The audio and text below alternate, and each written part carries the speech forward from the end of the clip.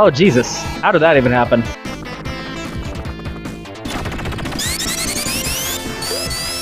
Ah. That's somewhat my own fault. Fuck! That's two.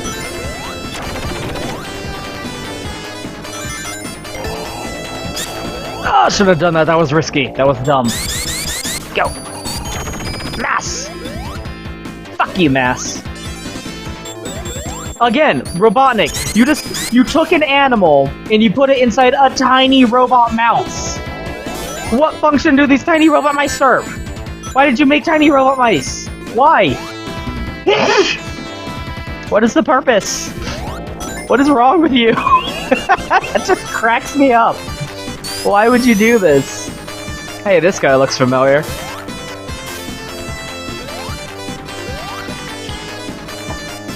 Oh shit. But this time he was actually helpful instead of being a douchebag that Tails had to save us from.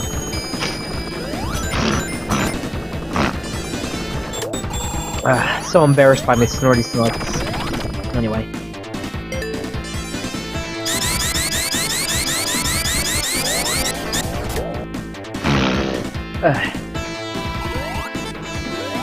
Oh, and also because the conclusion of Sonic 3 is completely anticlimactic. There's really no resolution to Knuckles as a character. Like Sonic 3 ends with you beat Eggman one last time, and Eggman, how many times are you going to do this exact same boss? He has done this 3 times now. This boss was in Sonic 1. This boss was in Sonic 2. On the airship, on the rocket propulsion. And now you're doing it again. It's not gonna work! Stop trying this! It's clearly not happening. Stop trying to make it happen. It's not going to happen. You fucking idiot. You're literally doing more damage to your own ship than you are to me, you fucking moron. Yeah, who could have seen that coming? This has only happened 3 times already in the past. Now your own ship is exploding because of your stupid gadget. Moron. I don't know why I'm bothering to collect all these. This boss is really tough for me. Although, if we had Supersonic, this would let us have Supersonic for this boss.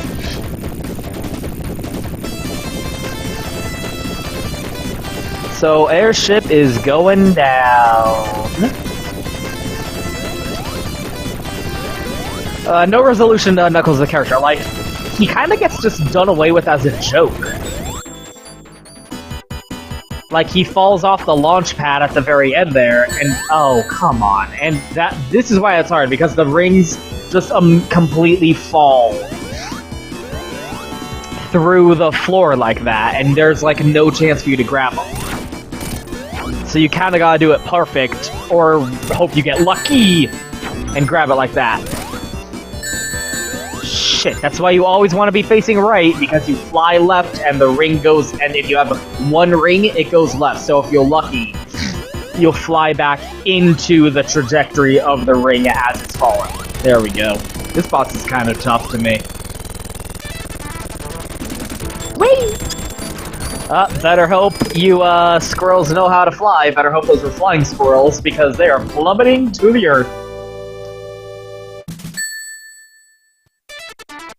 And let's just bust out, yeehaw, into the desert, which, again, Angel Island is New Zealand. It has ice caps and ancient pyramid structures and a desert within walking distance of each other, within flying distance of each other. This is all the same biosphere. Like it's a Minecraft zone, like you walk 3 feet, and you go from a desert to the jungle to a mushroom hill zone. Like, it's crazy. Which again, ancient civilization, ancient ruins. You see what I'm talking about? Every single level is either nature, ancient ruins, or a modern industrial zone. And again, this says a lot about what the ancient civilization that Knuckles is heralded from, who used to live here. They had pyramids. I mean, every culture had pyramids. Not every culture, but a lot of cultures had pyramids. I mean, the Egyptians had pyramids, the Aztecs had pyramids, third culture. It was probably aliens, right? Apparently there were also aliens. Fuck you! Aliens, giving the echidnas pyramids as well, I suppose. Am I being too loud? I want to wake anyone up in the house. Yeah! Better hope that, that bunny knows how to swim through quicksand. But they are, like, this is explicitly very Egyptian themed in terms of, like, aesthetics. They're definitely, like, look, hieroglyphics. They're definitely going for an ancient Egyptian thing. But again, that says a lot about the ancient civilization that lived here. I would say that this definitely probably was at, like, if you think of everyone who lived on this island as one culture of people, which I think is reasonable. I don't think there were different tribes of echidnas all living on Angel Island together, but separately. I think it was the one culture, and they evolved, and adapted throughout, like, the progression of their society. So they went from a sort of Incan mountain tribal living, not tribal, but like, well, no, I'm thinking of nomadic, yeah, tribal living, of building their structures into the mountain faces, which makes sense. And then they apparently moved to the desert and came up with, like, Egyptian pyramid structures, which does make a little bit of sense, because again, the Aztecs had pyramids, and if you have a biosphere which has mountainous zones within the same, like, landscape as a desert, no reason not to transition over. I mean, they can basically just live wherever they want, and eventually their civilization probably encompassed the entire island. So you can probably presume that they expanded out after, like, dominating their ecosystem. From where they were, they got here, and as society kind of, like, progressed, they slowly left the mountainous living structure behind, and instead started living. They set up a societal structure here in the desert. It probably wasn't the main place they lived, but considering all the pyramids, you might presume maybe either the desert and the pyramids were just used as burial locations for their leaders, or just a very small subset of the society lived here. Fucking again. Including the, probably at the time, they still had royalty. At the time, they probably had pharaohs. And as we will find out, this isn't the first time, as we'll find out later, I shouldn't spoil, but the echidnas having pyramids has, well, let's just say, this society of echidnas went, hey, remember how we used to have pyramids? Let's build some new ones here. Sounds good. Just saying. But we'll get to that when we get to it. Knuckles doesn't have any fucking resolution to his character in Sonic 3.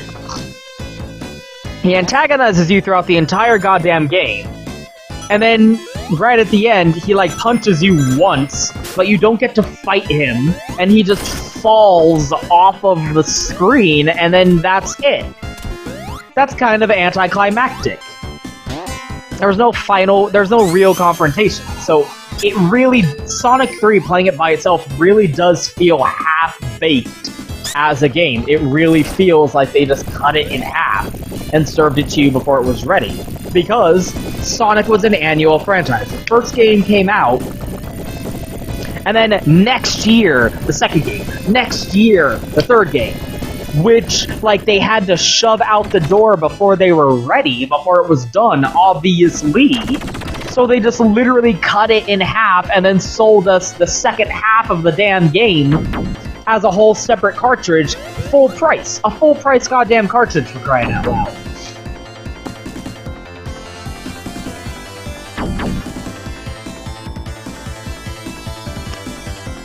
So this mini-boss strikes me as not being an invention of Eggman. I don't think Eggman built this guy. I think this is a leftover. This is a guardian from the ancient, like, Echidna society who would guard the pyramids from grave robbers. Look at it stuck. Can't even see the pole. And why is Tails flying? What's going on? You glitched it out, buddy. Man, I'm so... Man, again, compare my performance in this game to Sonic 1. It can't just be that I suck at Sonic 1. There was something going on with that game. And again, like, the pacing and level progression of this game is really something special because every act has a completely different, like, vibe to it. This is still Sandopolis Zone, but now we're in the pyramid, so it feels like a completely different level. Some don't have that, but some levels do have this, like, completely second level. Act 2, like Act 2 is a completely separate level to it. And even Mushroom Hill Zone had, like, the seasons would change. Angel Island Zone. Oh, once again, we landed on this thing that we're trained to want to jump on, and that released a bunch of ghosts. Look at these ghosties, they're gonna haunt us. So for the whole rest of the level, the gimmick of this level is you have to keep the lights lit so that the ghosts don't haunt you and shit. Because if it gets too dark, eventually the ghosts will, like, be supercharged and be able to do damage to you.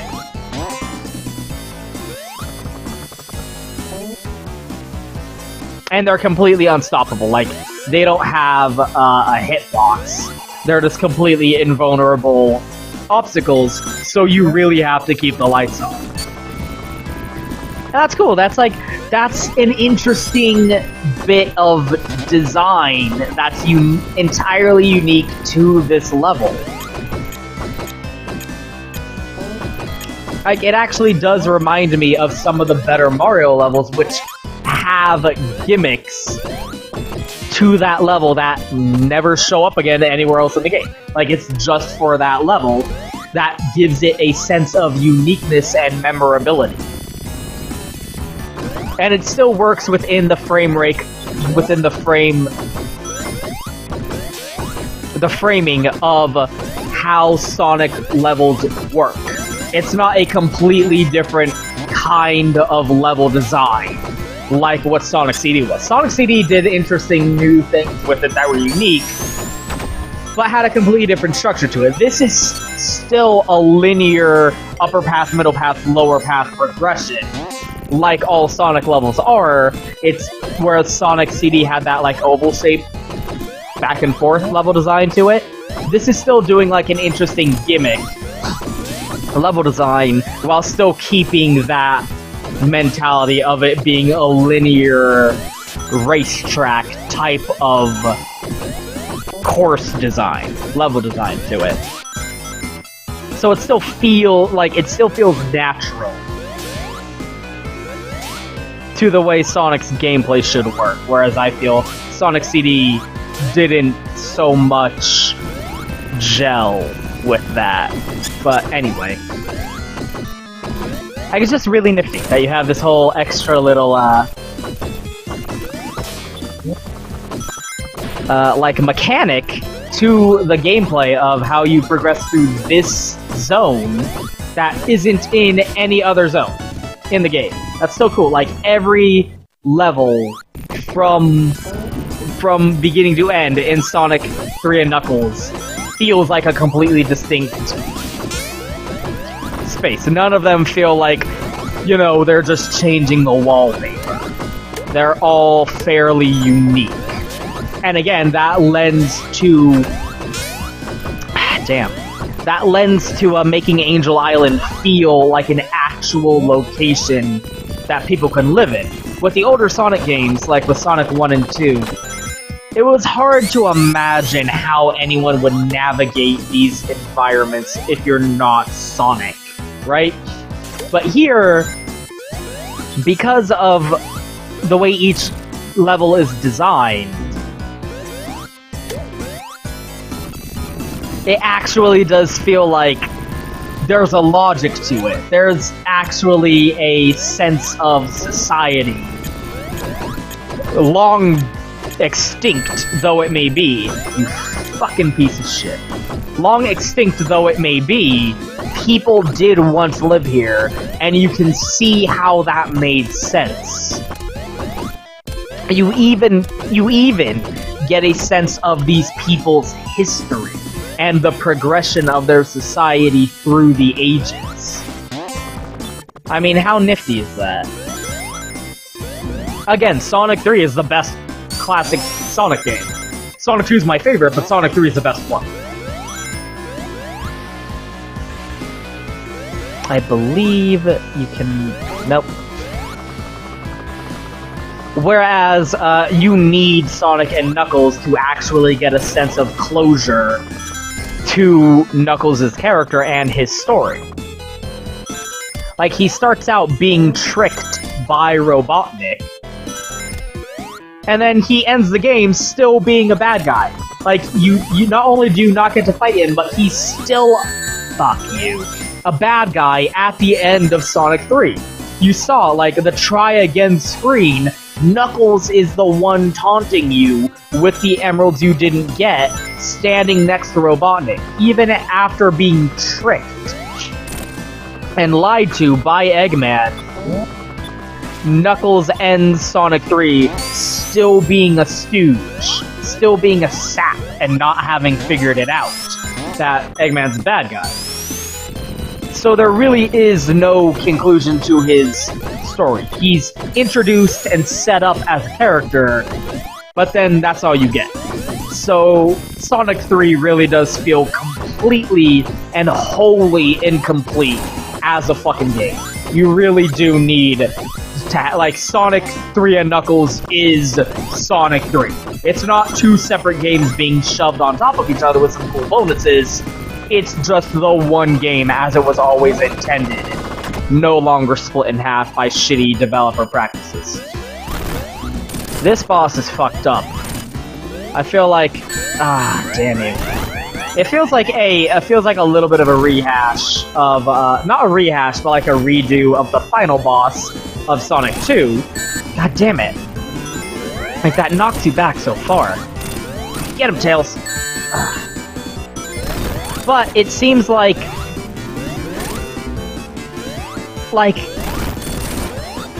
this golem was already there, and Eggman built his roboticism, his machine, into it. Like, he co-opted this statue that already existed in this pyramid and built his machinery into it. I also think... down into Lava. They built a fucking pyramid on top of a goddamn active volcano. These people were fucking crazy. Holy shit.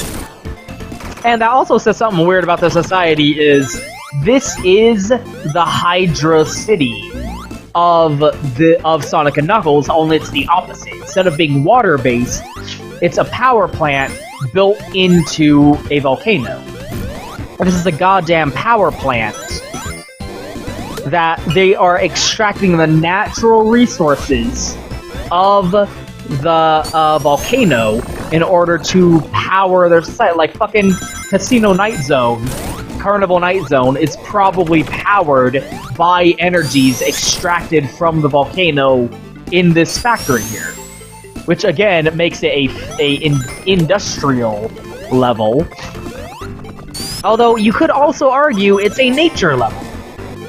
In fact, that fits better. It's a nature level. You're running through a natural volcano, but it has, like, it still has that, like, that might be cheating. I'm cheating a little bit by considering this a nature level, but I feel like the aspects of it being the volcano are more like the obstacles you're dealing with here are obstacles of nature, of the magma, of the lava. You're not dealing with industrial obstacles, you're dealing with the natural obstacles of the lava itself. So that's why I would classify this as a nature zone. But it's still being utilized for its raw, like, energy output by the ancient society, and they built this factory to take the natural resources of the volcanic core on top of an ancient pyramid, like on top of an ancient burial site. Which one was built first? Did they build the pyramid on top of the volcano and then decide to use their technology to extract the raw energies from the volcanic core? That doesn't make logical sense, does it? It makes logical sense to... It doesn't make logical sense to build something on top of a volcano. Doesn't make sense to build something on top of a volcano. And then... Oh no, I wanted to keep the electricity. Whatever, it's more useful to have the fire shield anyway. And then decide to dig underneath the pyramid and start setting up a factory. No, it makes much more sense to assume that this was built first. They, again, raising the question of what was their technological capacity like? What were they capable of technologically, while still being somewhat ancient in terms of aesthetic, you know, like a sort of steampunk, where it's advanced technology but a retro aesthetic to it, right? So they built this factory. Again, this is just me assuming, but that's what makes sense to me. Is they built the factory. Well, not really a factory. It's more like a power plant, extracting the natural volcanic energies of the molten core of the island, apparently. And then built the pyramids on top of the power plant, which, again, seems to be completely self-sufficient. This doesn't need, like... Apparently, this doesn't need any kind of supervision. It's completely automated throughout the island, without anyone, like, maintaining it or distributing it. And then after they built all this...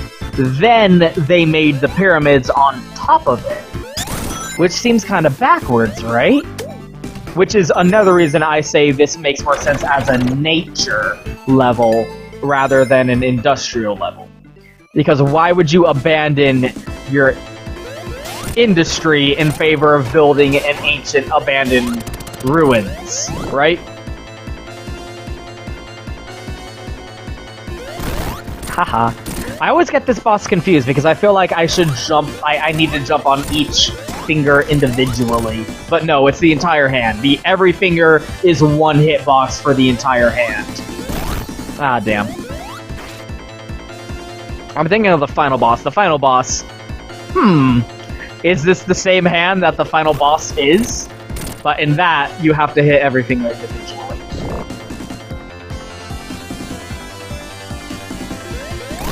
But again, that raises so many questions about, like, damn, right at the end. Could have had a kick-ass score with all those rings.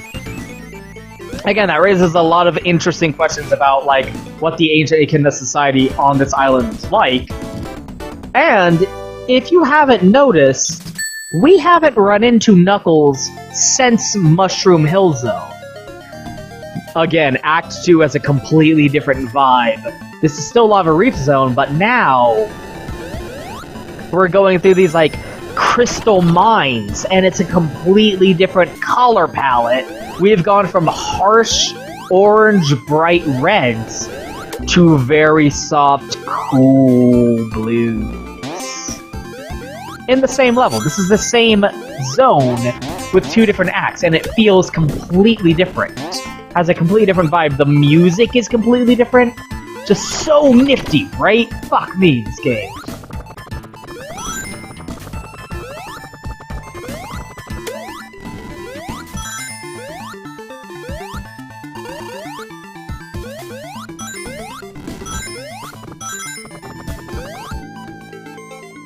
Notice we haven't seen Knuckles since Mushroom Hill Zone. Like, he pressed the button that made the wind fly up, and we flew up into the sky,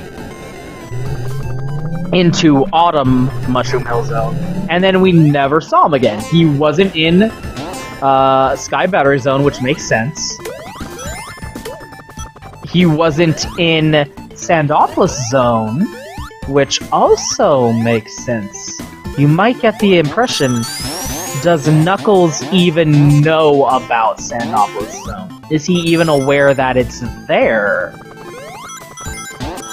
He might just know, well, I mean, I'm sure he obviously knows it's there, but, like, he must not spend much time there. Because what's funny is,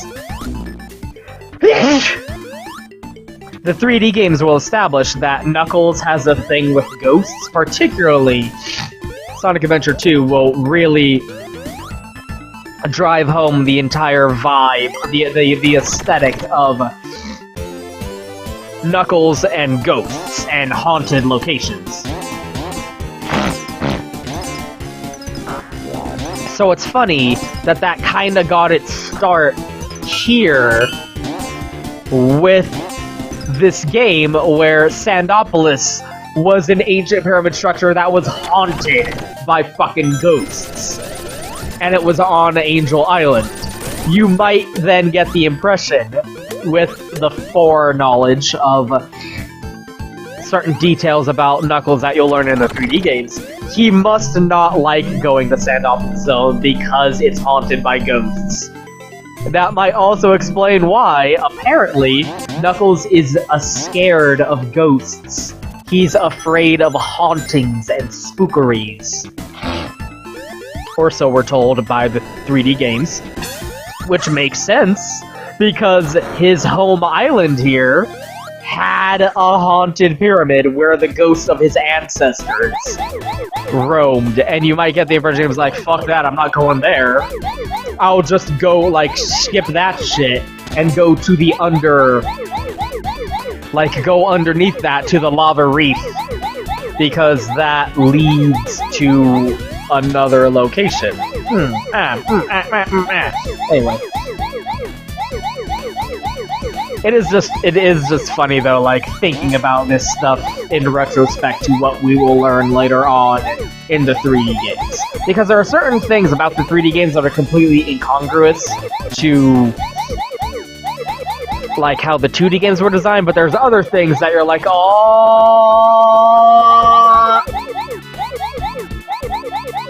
There we go. Yeah, backwards, that's awesome. But there's other things that make even more sense in retrospect with the 3D games in mind.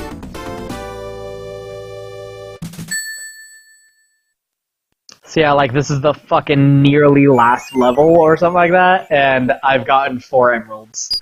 You gotta fucking, cheese it out, son. Gotta save scum that shit. Gotta beat the game and then do the level select. That also does mean that, Sonic 3 Vanilla is, also has the, level to select factor to it, which also puts into stark relief just how fucking short Sonic 3 is all by itself. And also allows you to cheese it in order to get Supersonic very easily, in the same kind of way. Because you can just start level 1 and do Angel Island zone, and get 4 fucking Chaos Emeralds, like, right off the bat, and then reset, and then do level select again, in order to get... Ooh! Listen to that sound effect. So anyway, I get the impression that Knuckles probably doesn't visit Sandopolis very often, because why is that, like, Sky Battery, it makes sense he wouldn't fuck with you on there, because that's not his place. Like, that's Robotnik's airship. Fuck ass! But why wouldn't he show up in Sandopolis to fuck with us there? Probably because he's like, fuck that, I ain't going to that haunted-ass shit. I ain't going to that fucking pyramid with all the ghosts.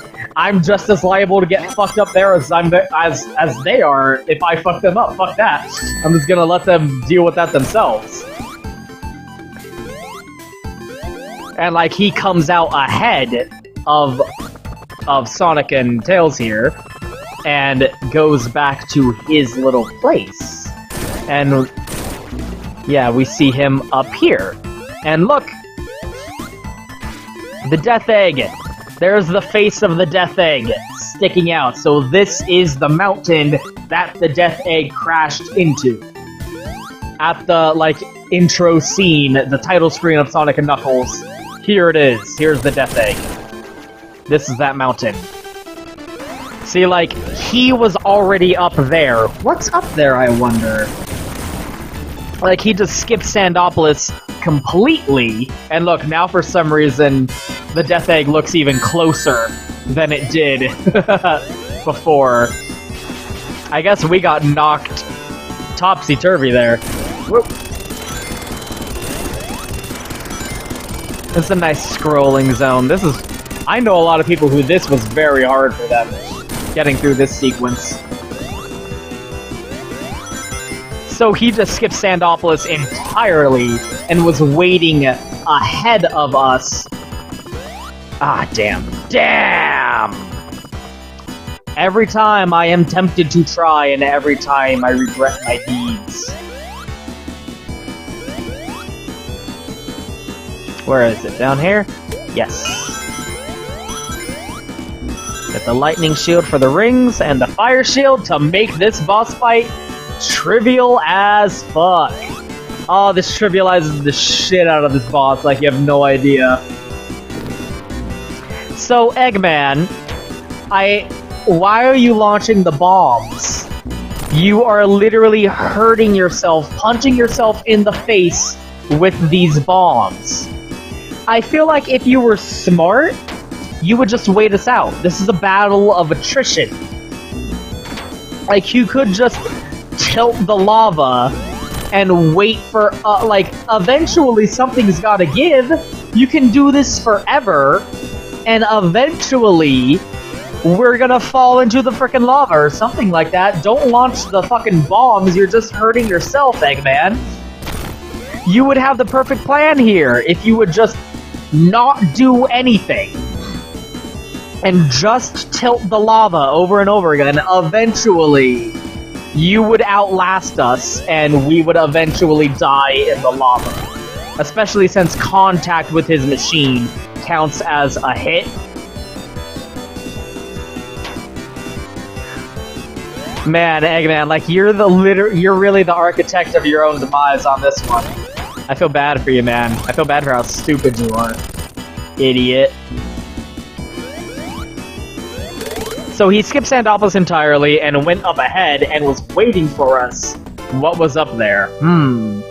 Also very convenient that the Death Egg landed in this location, considering